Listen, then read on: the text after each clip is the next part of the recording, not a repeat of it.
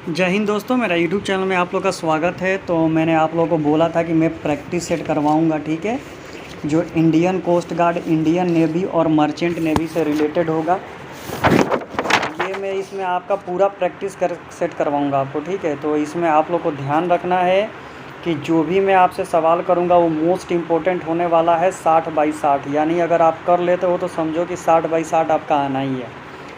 या तो वो इंडियन कोस्ट गार्ड हो, या इंडियन नेवी हो, या इंडियन एयरफोर्स हो, या मर्चेंट नेवी। मर्चेंट नेवी में इंग्लिश, जीके, जीएस, मैथ और साइंस सेम रहेगा, ठीक है। बाकी उसमें रीजनिंग नहीं आता है, लेकिन इसमें रीजनिंग भी है। तो चलो हम लोग शुरू करते हैं।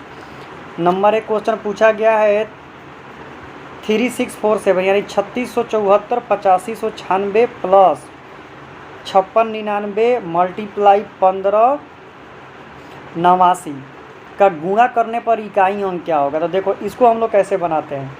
जो पहले दोनों का इकाई अंक होगा और दूसरा जो दोनों का इकाई अंक होगा, दोनों को जोड़ देंगे। यानी इसका गुणा कर देंगे तो 6 चौके 24, 24 के 4 प्लस 99 81, 81 के 1, तो कितना हो जाएगा दोस्तों 4 और 1 5। तो राइट आंसर हो जाएगा नंबर सी, ठीक है। इसी तरह इन लोग को बनाना पड़ता है।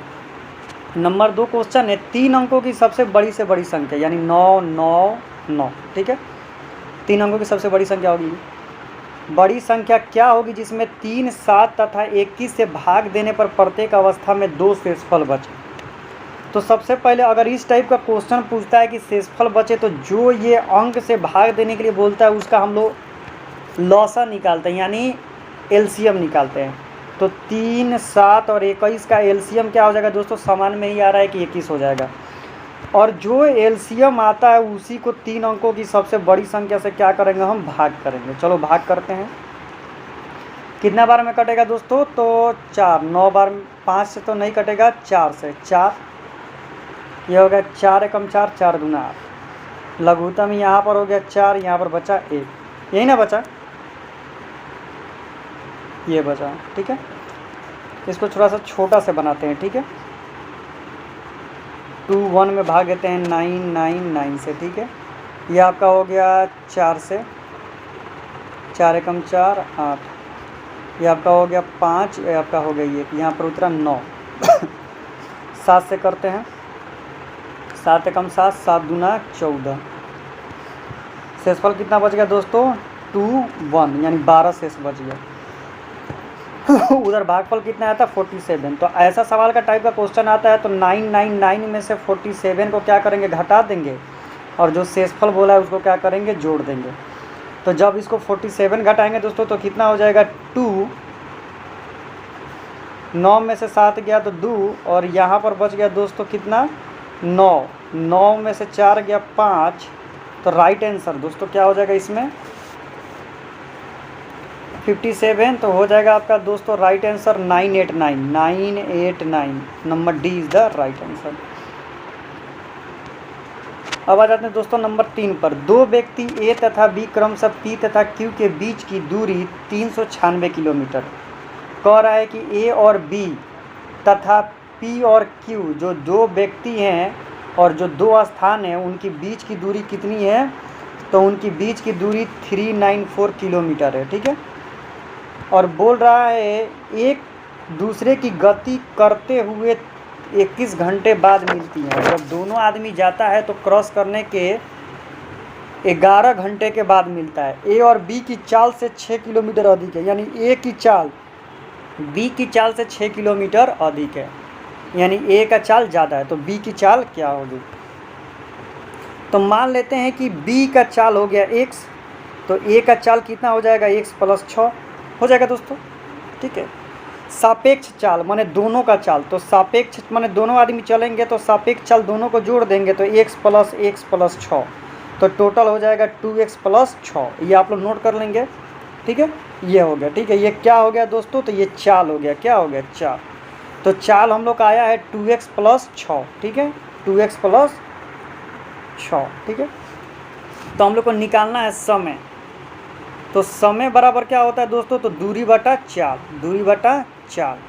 तो दूरी दिया है कितना 396 और चाल दिया है 2x प्लस 6 और दोस्तों समय कितना लगता है, तो देखिए बोल रहा है 11 घंटा, तो यहाँ पर हो गया 11, यानी समीकरण हम लोग का क्या बन गया, ये बन गया। ठीक है, तो चलिए इस समीकरण को हम लोग क्या करते हैं, हल करते हैं। 11 बराबर 396 और बट्टा में हो गया 2x + 6, तिरछा तिरछी गुणा करेंगे तो 11 दूना हो जाएगा 22x और प्लस 11 छिए 66, ये हो जाएगा 396। तो 2x बराबर हो जाएगा 396 में से 66 को क्या कर देंगे, घटा देंगे। तो जब दोस्तों हम लोग क्या करेंगे, 66 को इसमें से घटा देंगे तो 22x बराबर क्या हो जाएगा, 0 3 और ये हो जाएगा 3। तो ये दोस्तों कट जाएगा आराम से। तो x बराबर हो जाएगा 3 3 0 और बट्टा में हो जाएगा 22, 11 का पारा से 11 दूना 22, 11 3 33, ये कट के हो जाएगा 15, यानी x का वैल्यू कितना हो जाएगा, 15, यानी b हम लोग माने हैं x, तो x का मान कितना हो जाएगा, 15। राइट आंसर क्या हो जाएगा दोस्तों, 15 किलोमीटर प्रति घंटा। अब आ जाते हैं दोस्तों नंबर 4 पर। नंबर 4 क्वेश्चन है, एक रेलगाड़ी 90 किलोमीटर प्रति घंटा की गति से यात्रा करती हुई प्लेटफॉर्म को पर खड़े एक व्यक्ति को 8 सेकंड में पार कर लेती है। यदि रेलगाड़ी की लंबाई 250 मीटर है तो प्लेटफॉर्म को पार करने में उसे कितना समय लगेगा। तो सबसे पहले याद रखिए कि ये जो किलोमीटर प्रति घंटा है उसको हम लोग क्या बदलेंगे, तो उसको हम लोग बदलेंगे मीटर प्रति सेकंड में, क्योंकि यहाँ पर सेकंड में दिया है।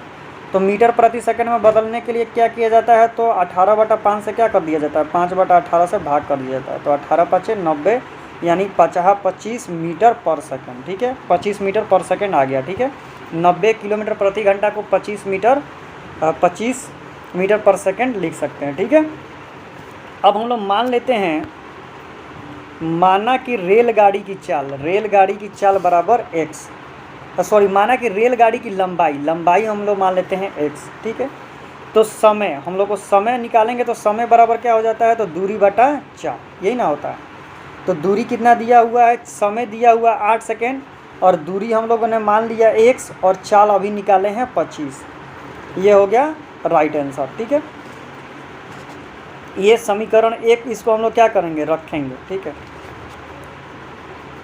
तो अब इसको x का मान निकालेंगे तो 25 कितना हो जाएगा, 200, यानी रेलगाड़ी की लंबाई कितनी हो जाएगी, 200। ठीक है, रेलगाड़ी की लंबाई कितनी होगी, 200, और प्लेटफॉर्म की लंबाई कितनी होगी, 250। तो 200 और 250 क्या हो जाएगा, टोटल लंबाई 450।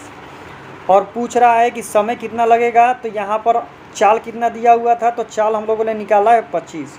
अब इसको हम लोग कटा देंगे तो 18 से कट जाएगा, यानी 18 सेकंड में वो आदमी को क्या कर देगी, पार करने में 18 सेकंड का समय लगेगी। ठीक है, तो यहाँ पर दिया हुआ है 18 सेकंड। अब आ जाते हैं दोस्तों नंबर 5 पर। A B C 3 संख्याएं हैं। ठीक है, A C का 55% है, यानी A बराबर C का 50% है। ठीक है, तथा B जो B है वो C का 75% है। तो A B का कितना परसेंट है, तो नॉर्मल सवाल है, सबसे पहले इसको समझना पड़ेगा। ठीक है, तो चलिए हम इसको समझ लेते हैं। ठीक है, बोल रहा है कि A C का 50% है। ठीक है, तो इसका मतलब हुआ C और 50%, यानी 50 और बटा में हो गया 100, यानी कट के हो जाएगा 50 से कम 50 और 50 दूना 100, यानी A का मान हो जाएगा C/2। याद रखेंगे, A का मान हो गया C/2। ठीक है, बोल रहा है B C का 75% है, तो C ये हो जाएगा 75 और बटा में 100, तो ये हो जाएगा 25, 3 और ये हो जाएगा 4, यानी B का मान हो जाएगा 3C और बटा में 4। ठीक, ये हो गया। ठीक है, अब क्वेश्चन में क्या बोल रहा है, ध्यान से देखिए, यहाँ पर क्वेश्चन में क्या बोल रहा है, A B का कितना परसेंट है, A B का कितना परसेंट है। तो देखिए A B का कितना परसेंट है, तो A का मान आया था C/2 और B का मान आया था 3C और बट्टा में आया था 4। इसका परसेंट निकालना है, तो परसेंट करते हैं, ये C से C कट जाएगा। ठीक, तो और ये से कट जाएगा 2 दूनी के 4, तो कहने का मतलब क्या हुआ, तो 3 चल जाएगा ऊपर और 2 चल जाएगा ऊपर और 3 आ जाएगा नीचे और है 100, तो ये आपका हो जाएगा 200 बटा में 3। तो 200 बटा में 3 कटाएंगे तो 3 दूना 6, 3 दूना 18, 18 छतरी 18 यानी 6.66। तो इसका राइट आंसर ये दिया हुआ है, हो जाएगा राइट आंसर। अब आ जाते हैं दोस्तों नंबर 6 पर। नंबर 6 बोला है ए बी का 36% है, बी सी का 6% है, तो सी 100 है तब ए कितना होगा। तो नॉर्मल सवाल है। देखिए क्वेश्चन में क्या पूछा है, ध्यान से समझिए। क्वेश्चन में पूछ रहा है कि बी सी का, बी सी का 6% है, तो 6 कर देते हैं तो सी गुणे कितना हो जाएगा, 6 और बट्टा में हो जाएगा ये होगा। ठीक है, सी का मान दिया है 100, तो 100 रख देते हैं, 6 और बट्टा में 100, तो ये 100 से 100 कट जाएगा तो 6 आ जाएगा। यानी कहने का मतलब है कि सी का मान हमारा आ गया 6। ठीक है, हमारा सी का मान 6 आया हुआ है। ठीक है, अब बोल रहा है कि ए बी का 36% है, तो बी का 36% है। ठीक है, तो बी को बी रखें और ए बराबर बी है, तो ए का मान 6 आया था, तो बी का मान भी कितना हो जाएगा 6, और ये 36 का 36 और बट्टा में आ जाएगा 100। ठीक है, तो कहने का मतलब एक गुणा करेंगे तो 6 के 36, छतरी 18, 21 और बट्टा में हो जाएगा 100। तो इसका राइट आंसर कितना हो जाएगा दोस्तों, 2.16, यानी राइट आंसर हो जाएगा 2.16। ये इज द राइट आंसर। अब आ जाते हैं दोस्तों नंबर 7। नंबर 7 क्या बोला है, एक दुकानदार 2 किस्म ए और बी के चावल खरीदता है, और वह किस्म ए से 10 किलोग्राम चावल 35 रुपये प्रति किलोग्राम की दर से, और बी का 20 किलोग्राम चावल 47 रुपये की दर से खरीदता है, और वो दोनों प्रकार के चावल को मिला देता है, तो पूरा मात्रा प्रति किलोग्राम में क्रय मूल्य ज्ञात करें। माने इसका क्रय मूल्य निकालना है। तो कहने का मतलब है कि पूरा चावल निकाल लेते हैं हम, पूरा चावल। तो पूरा चावल कितना हो जाएगा, पूरा चावल कितना हो जाएगा 10, और ये हो जाएगा 30 किलोग्राम। ठीक है, पूरा चावल हो गया 30 किलोग्राम। ठीक है, अब बोला क्रय मूल्य। तो क्रय मूल्य क्या होता है दोस्तों, क्रय मूल्य बराबर, तो 10 के हिसाब से 35 किलो और 20 के हिसाब से 47 किलो, तो ये हो जाएगा 350 रुपया, और ये हो जाएगा 940 रुपया। तो दोनों को जोड़ देंगे तो हो जाएगा 1290 रुपया। ठीक है, टोटल हो गया 1290 रुपया क्रय मूल्य चावल का। तो चावल का प्रति किलोग्राम मूल्य ज्ञात करें, तो 1290 रुपया टोटल हुआ, और कितना चावल है, तो 30 किलो चावल है, कटा दिए इससे, तो 3 चौक के 12 और तितरी के 9, यानी 47 रुपया क्रय मूल्य इसका आ जाएगा।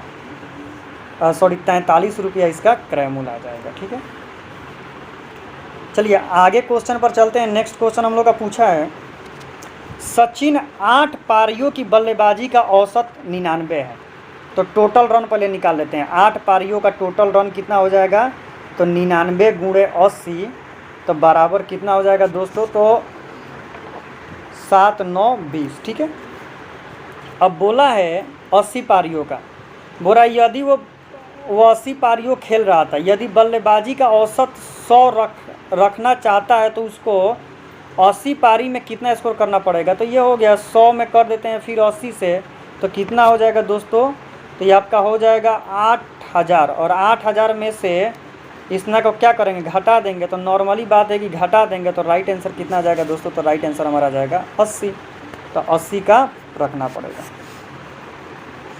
नंबर 9, ए तथा बी एक साथ एक काम को मिलकर 9 दिनों में पूरा करते हैं, यानी कहने का मतलब है ए बट्टा बी बराबर 1/4।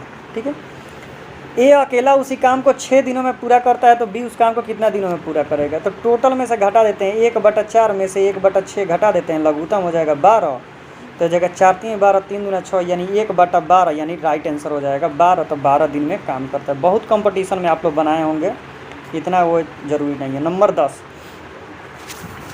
10 क्वेश्चन बोल रहा है कि यदि एक आयत का परिमाप 338 मीटर है और उसकी लंबाई चौड़ाई के बीच का अंतर कितना है, तो मान लेते हैं लंबाई x और चौड़ाई y, तो अंतर हो गया x - y बराबर 7, और इसकी परिमिति है तो 2x + y बराबर हो गया 138। ठीक है, तो इसको कटा देंगे तो दोस्तों कितना हो जाएगा, x + y बराबर दोस्तों हो जाएगा हम लोग का 69, यानी x - y बराबर 7 और x + y बराबर 69। तो इसी को हल कर देंगे x प्लस वाई बराबर 69 और x माइनस वाई बराबर 7 जोड़ देंगे तो ये कट जाएगा, ये हो जाएगा 2x और ये हो जाएगा आपका 6 और ये हो जाएगा 7 76, तो कटा देंगे तो x बराबर हो जाएगा 3 दूना 6 और 6 3 18, यानी x का मान आ गया 38। तो y का मान इसमें से क्या करेंगे, y का मान क्या करेंगे, इसमें y का मान यहाँ से निकाल देंगे तो इसमें क्या करेंगे 7 को हम लोग घटा देंगे तो y का मान निकल जाएगा। तो y का मान 38 में से 7 गया तो 31, तो राइट आंसर हो जाएगा 38 31 आ गया। ठीक है, यानी लंबाई 38 चौड़ाई 31 और बोरा इसका क्षेत्रफल क्या होगा, तो दोनों को क्या किया जाता है, गुणा कर दिया जाता है। तो आराम से इसको गुणा कर देंगे तो 1178 आ जाएगा राइट आंसर। ठीक है, 1178 राइट आंसर। ठीक है, बोल रहा है प्रश्नवाचक चिन्ह बताइए, तो चलिए सबसे आसान है 84 गुणे 25% बट्टा में 100, फिर गुणा 85 और 24 बट्टा में 100, इसको हल कर देंगे। हल करने के बाद हमारा राइट आंसर आ जाएगा। तो राइट आंसर आ जाएगा ये नंबर सी। एक त्रिभुज ए बी सी में ए बी बराबर ए सी, तो कहने का मतलब है कि ये समबाहु त्रिभुज और समबाहु त्रिभुज के आमने सामने की भुजा बराबर होती है। तो जितना ए बी सी, तो जितना बी का मान होगा उतना ही क्या होगा, सी का मान होगा। कैसे, ऐसे त्रिभुज बनाएंगे तो ए होगा, है बी होगा, सी होगा। तो है जब दोनों बराबर है तो इसकी भुजा भी क्या हो जाएगी, कोण भी बराबर हो जाएगा। तो जितना बी का मान होगा उतना ही सी का मान होगा। ठीक है, तो बोल रहा है कोण सी का मान ज्ञात करें। तो सबसे पहले चलिए देखिए कोण ए का, देखिए इसमें दिया है कि कोण बी बराबर कोण सी समबाहु त्रिभुज से। अब देखिए कोण ए का मान, याद रखिए कोण ए का मान दिया इतना, बी का मान दिया है तो बी का मान भी इतना ही होगा और सी का मान भी इतना ही होगा। ठीक है, तो चलिए सबको जोड़ देते हैं। त्रिभुज के तीनों भुजाओं का योग कितना होता है, तो 180 डिग्री। तो x प्लस 15 और फिर ये आपका हो जाएगा 2x प्लस 25 और फिर हो जाएगा 2x प्लस 25। ठीक है, बराबर 180 डिग्री। ठीक है, तो ये टोटल कितना हो जाएगा, तो देखिए ए गो एक्स और 2 गो एक्स और 4 गो 2 गो एक्स, तो हो जाएगा 5x। और हाइट टोटल कितना हो जाएगा, तो 25 गो और 25 गो 50 गो, 50 गो और 15 गो तो हो जाएगा 65 गो। तो 65 बराबर 180। ठीक है, तो कहने का मतलब है कि 5x बराबर हो जाएगा 180 और माइनस में हो जाएगा 65। तो x बराबर है घट के हो जाएगा 115 और बटा में हो जाएगा 5, तो कटा देंगे तो हो जाएगा 23 डिग्री। तो कहने का मतलब है कि x का मान आ गया 23 डिग्री और इसमें पूछा क्या है कि कोण सी का मान निकाले। तो कोण सी का मान कैसे निकालेंगे, तो 2x प्लस 25 करेंगे तो 2 गुणे x का मान आया 23 और प्लस इसमें 25 जोड़ देंगे तो ये हो जाएगा 46 और प्लस में हो जाएगा 25। तो 46 और 25 कितना हो जाएगा दोस्तों, तो हो जाएगा 46 और 25 71 डिग्री राइट आंसर। ये तो आप लोग मैट्रिक क्लास में पढ़े होंगे तो इसको मैं छोड़ देता हूँ, ये नॉर्मल है एकदम, कोई भारी है ये नहीं है। इसको क्या कर देना है, तो 12 बार यहाँ 144 हो जाएगा। 144 में से आराम से क्या कर देंगे, तो ये बोल रहा है कि 12 बार यहाँ 144 हो गया और 44 पी बिंदु को स्पर्श करता है 16 है और बीपी बराबर 16। 144 में 16 से भाग कर देंगे तो ये आपका हो जाएगा कितना, तो 9। और अब क्या करेंगे, 16 में से 9 घटा देंगे तो राइट आंसर आपका हो जाएगा कितना, तो 7। तो 7 राइट आंसर। ये आप लोगों ने 9 क्लास में पढ़ा होगा तो इसमें है ये नहीं है तो 7 होगा इसका राइट आंसर, ऑप्शन डी। ठीक है, अब आ जाते हैं दोस्तों, ये बहुत ही इंपॉर्टेंट क्वेश्चन है। बोल रहा है कि साइन ए प्लस साइन स्क्वायर ए बराबर 1 है तो cos square plus cos square बराबर 1। तो देखिए ध्यान से देखिए, आपको बता रहे हैं साइन और प्लस साइन स्क्वायर ए बराबर 1। तो हमको अगर साइन का मान निकालना है, साइन बराबर तो ये हो जाएगा 1, ये आपका हो जाएगा साइन बराबर हो जाएगा 1 और माइनस में उधर चला जाएगा साइन स्क्वायर ए। तो ये आपका हो जाएगा साइन ए बराबर 1 माइनस साइन स्क्वायर थीटा बराबर क्या हो जाता है, कोस स्क्वायर थीटा। ठीक है, यहाँ तक सबको समझ में आ गया कि साइन ए बराबर क्या होता है, कॉस स्क्वायर ए होता है। यहाँ तक सबको समझ में आ गया। ठीक है, साइन ए बराबर क्या होता है, कॉस स्क्वायर ए होता है। अब हम दोनों का स्क्वायर कर देते हैं, इसका भी स्क्वायर कर देते हैं और इसका भी स्क्वायर कर देते हैं। तो ये आपका हो जाएगा साइन स्क्वायर, ये आपका हो जाएगा कॉस के पावर कॉस 4a। तो अब देखो, अब ध्यान से देखो, साइन स्क्वायर ए बराबर हो जाएगा कॉस 4a। ये किसका फॉर्मूला है? तो 1 माइनस कॉस स्क्वायर ए का फॉर्मूला है। ये आपका हो जाएगा कॉस के पावर 4a। तो अब इसको हम उधर भेजेंगे तो क्या हो जाएगा? कॉस स्क्वायर ए और प्लस कॉस के पावर 4a बराबर क्या हो जाएगा? 1। तो इसका राइट आंसर क्या हो जाएगा दोस्तों? नंबर ए, यानी A is the right answer. 15 number question आसान है। देखो मैं बता देता हूँ, बहुत लंबा बनेगा लेकिन आसान है। 15, 16 एकदम आसान है। बोल रहा है कि एक आयत की लंबाई को 30% बढ़ा दिया जाता है। 130%, 130% बढ़ा देना। माना आयत की लंबाई x, तो x का मान 130, चौड़ाई इतना, क्षेत्रफल निकालना, फिर उसको उसमें से घटा देना आ जाएगा। और ये भी सेम अलजेब्रा का क्वेश्चन है, 9 क्लास में 8 क्लास में पढ़े हम लोग। ये किसका फॉर्मूला पर बैठेगा? तो दोस्तों ये फार्मूला क्या लगेगा? तो A cube plus B cube plus C cube minus 3abc बराबर क्या होता है? A plus B plus C into A square plus B square plus C square minus 3abc।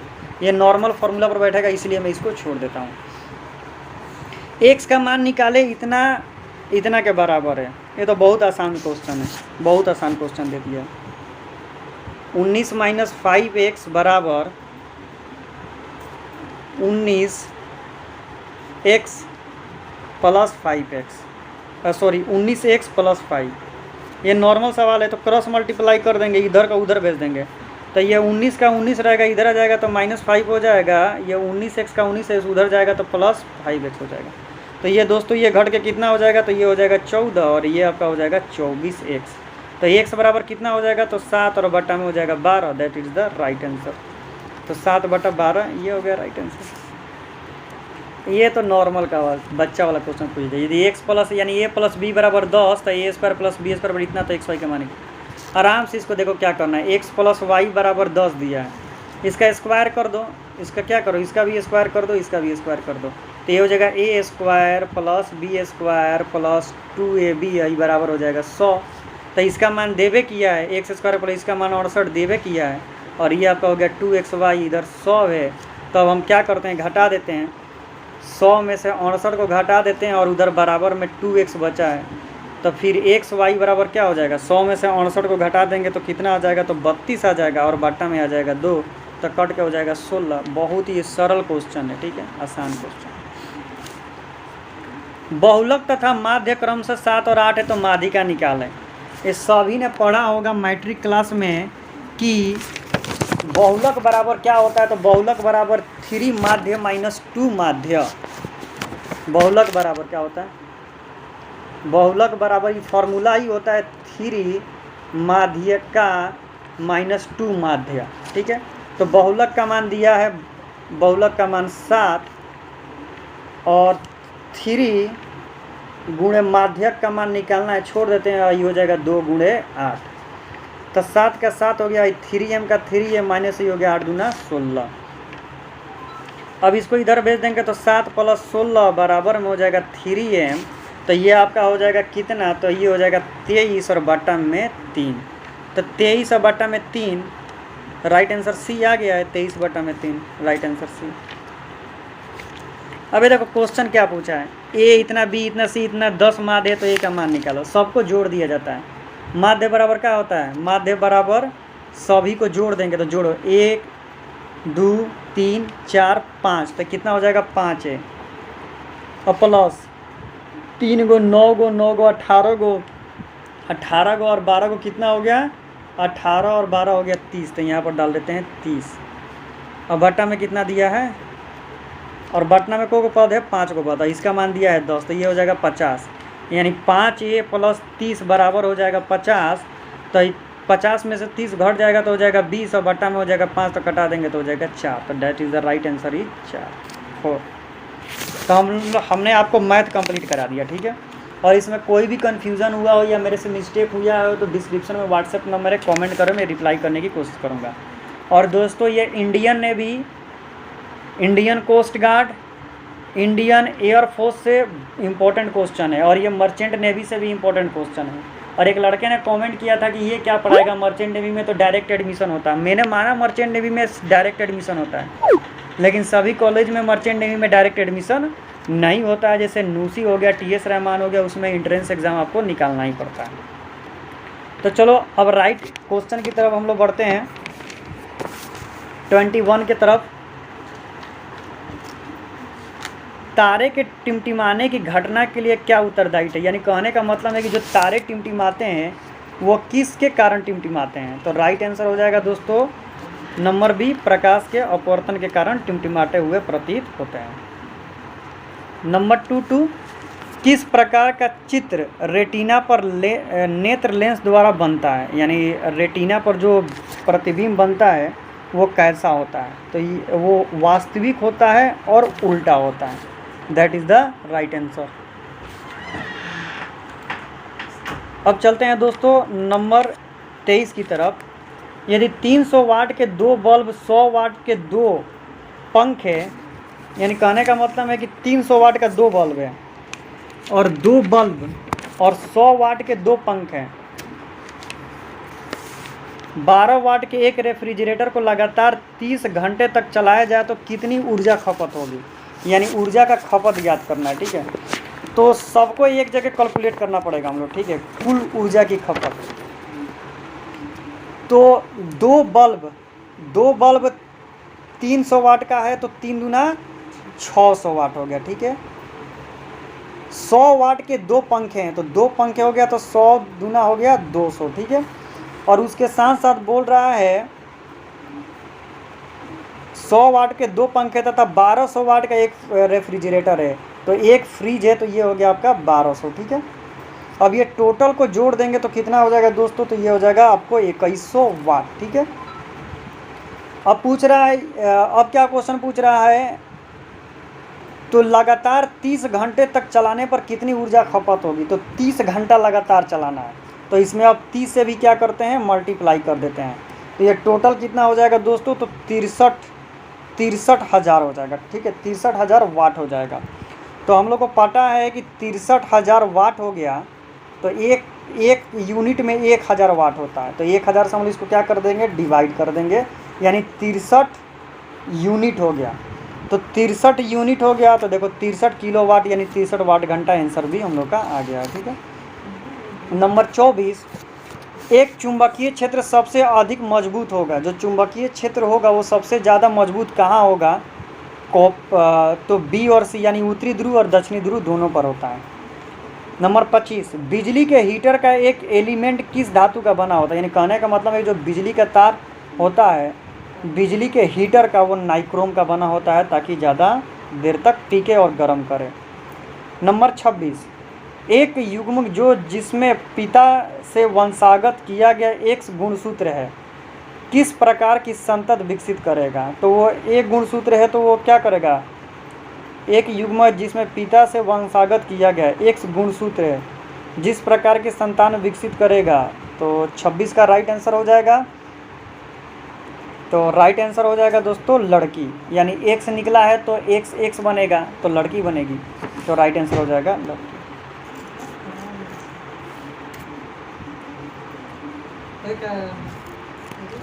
Number 27, Plasmodium में प्रजनन के दौरान एक सेल के विभिन्न सेलों में विभाजित होने की क्षमता को क्या कहते हैं? तो ये प्रक्रिया जो कहलाती है एकागित विखंडन कहलाती है। नंबर 28, टमाटर किस एसिड का प्राकृतिक स्रोत है? यानी टमाटर से क्या मिलता है? तो राइट आंसर हो जाएगा एक्जोलिक एसिड मिलता है। नंबर 29, एक ही आकार के पत्थर एवं रबड़ गेंद में किसकी जड़ता सबसे अधिक होगी? यानी कहने का मतलब है तो पत्थर की जड़त्व सबसे अधिक होगी। नंबर 30, एक बस विराम अवस्था में 0.1 मीटर पर सेकंड त्वरण से चल रही है, यानी उसका एक्सेलरेशन त्वरण 0.1 मीटर पर सेकंड स्क्वायर है। 2 मिनट बाद उस बस की गति कितनी हो जाएगी? तो 2 मिनट के बाद उस बस की गति कितनी हो जाएगी? तो v बराबर क्या हो जाएगा, μ0/80, यही ना होता है। तो राइट आंसर हो जाएगा 0 और प्लस a का मान दिया हुआ है 0.1 और t कितना होता है? तो 2 मिनट में 120 हो जाएगा, तो राइट आंसर हो जाएगा 12, यानी 12 मीटर पर सेकेंड। राइट आंसर हो जाएगा नंबर डी। अब चलिए दोस्तों, अब हम लोग इंग्लिश की तरफ चलते हैं, ठीक है। अब इंग्लिश का भी हम लोग प्रैक्टिस सेट कंप्लीट कर लेते हैं। और दोस्तों मैं आपको कितनी दफ़ा बता रहा हूँ, ये Indian Air Force, Indian Coast Guard, Indian Navy, merchant navy के लिए मोस्ट इंपॉर्टेंट है, तो इसका आप लोग ध्यान से पढ़ो, ठीक है। ये प्रैक्टिस सेट है और डेली में आपको करवाते रहूँगा। तो 31 पर आ जाते हैं। क्वेश्चन पूछता है, mister Srinivas is dash to become chairman of the group dash the retirement of this father. तो इसका राइट आंसर दोस्तों क्या हो जाएगा, तो राइट आंसर हो जाएगा number C, the Srinivas is selected to become chairman of the group despite the retirement of this father. Number हो जाएगा सी।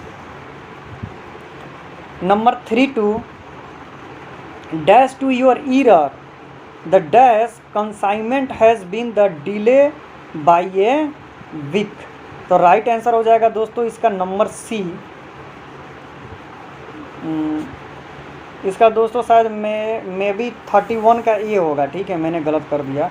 Mister Srinivas is the set to become chairman of a group flowing the retirement of this father.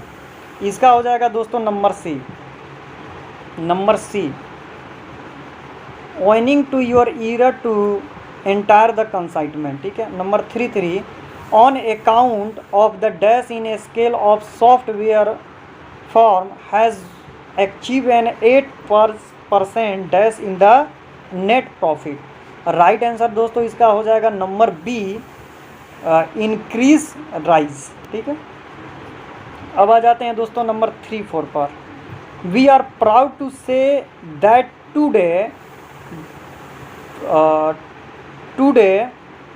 approximately 26% of our total account are be held women and senior citizens। तो right answer हो जाएगा दोस्तों number ए। अब आ जाते हैं दोस्तों number 35 पर। The company has sunset special training employ skill to the trade online. तो इसका हो जाएगा नंबर डी। अब आ जाते हैं दोस्तों नंबर सिनोनिम और ऑन्टेनिम के बारे में हम लोग जान लेते हैं, ठीक है। In the following statement alternative select the word similar meaning, यानी मिलता जुलता वर्ड बताना है। सिंसियम का मतलब क्या होता है दोस्तों, तो इसका मतलब होता है डिसबिलीव, यानी बिलीव नहीं करना, ठीक है, यानी बिलीव, डिसबिलीव यानी बिलीव नहीं करना। तो इसका 36 का राइट आंसर हो जाएगा दोस्तों intuitions. 36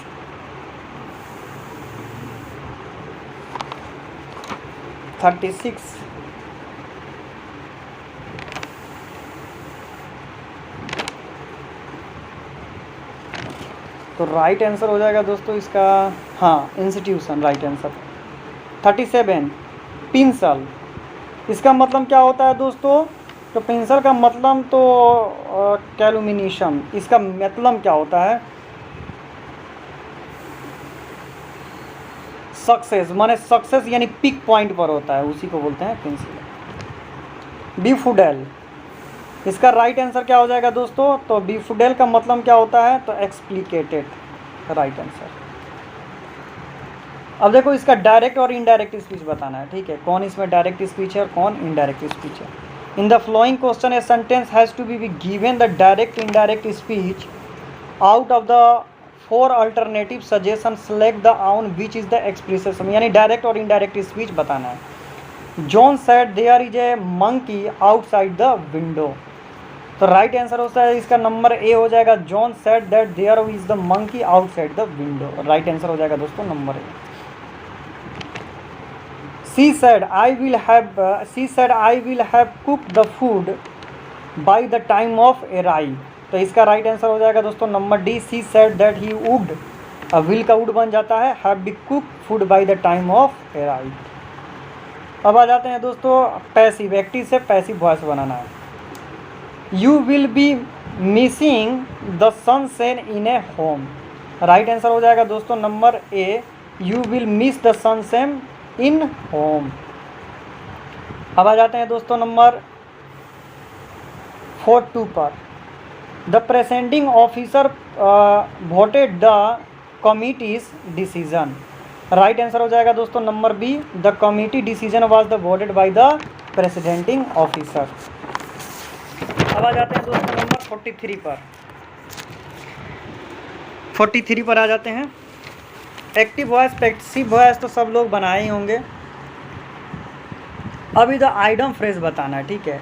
tight lipped, tight lipped का पैसिव फॉर्म क्या हो जाएगा? तो इसका पैसिव फॉर्म हो जाएगा number D, online the speak about the event, यानी झूठी घटना। Number 4, out of the 4 alternative choose the which can be suitable the giving word in sentence to confirm with the help of evidence. तो corroborated होता है, right answer हो जाएगा। 4-5 in the following question, इसमें error बताना है, ठीक है। इसमें ईरर क्या होगा?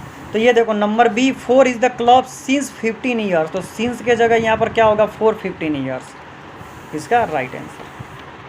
चलो दोस्तों अब हम लोग आ जाते हैं रीजनिंग पर। रीजनिंग पर हम लोग आ जाते हैं।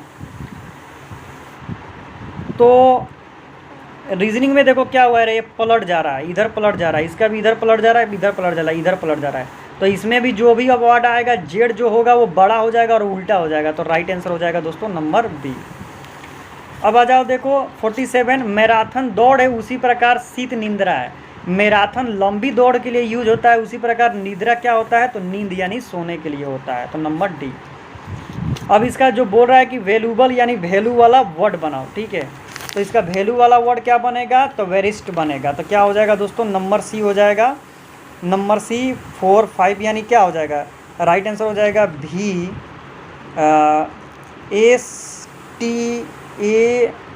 STARVE, starve. स्टार्व हो जाएगा, तो राइट आंसर हो जाएगा नंबर सी, या क्योंकि एस जो है, एस कितना नंबर पर है दोस्तों? तो 4 नंबर पर है, तो 4 से स्टार्ट हो गया। अब देखो एक एक को बढ़ाना है, एस के बाद टी आ रहा है, टी के बाद यू आ रहा है, तो यू के बाद क्या आएगा यहाँ पर? तो भी आएगा, तो भी वाला अंक से हम लोग शुरू करेंगे, तो दैट इज़ द भी इज़ द राइट आंसर। जैसे सी, उसके बाद देखो क्या एक एक अंक बढ़ाया है, तो एक एक अंक हम लोग बढ़ा के लिख दिया। नंबर 5, एक लड़के का परिचय कराते हुए एक लड़की ने कहा, लड़के का परिचय कराते हुए, वो मेरे चाचा के पिता की पुत्र है, पुत्री का पुत्र, यानी कहने का मतलब है उसका चाचा का पिता क्या होगा? तो उसके चाचा के पिता क्या होंगे? तो उसके चाचा के जो पिता होंगे उसके दादा हुए, और दादा का जो पुत्री हुई उसका पुत्र यानी उसका क्या हो जाएगा? तो उसका भाई हो जाएगा, that is the A is the right answer. अब देखो बोल रहा है कि निम्नलिखित ब्लॉक में एक बिंदु है, 3 बिंदुओं के विपरीत बिंदु बताएं। तो देखो ये उल्टा हो जाता है, इसका उल्टा ये हो जाएगा, इसका उल्टा ये हो जाएगा, और इसका उल्टा ये हो जाएगा। तो 3 का उल्टा बताना है, तो 3 का उल्टा देखो इसमें क्या आता है? देखो 3 का उल्टा क्या है? तो 6 है, तो 6 इज़ द राइट आंसर। तो इसमें हम लोग देख लेते हैं क्या हो जाएगा दोस्तों, तो 6, तो 6 इज़ द राइट आंसर।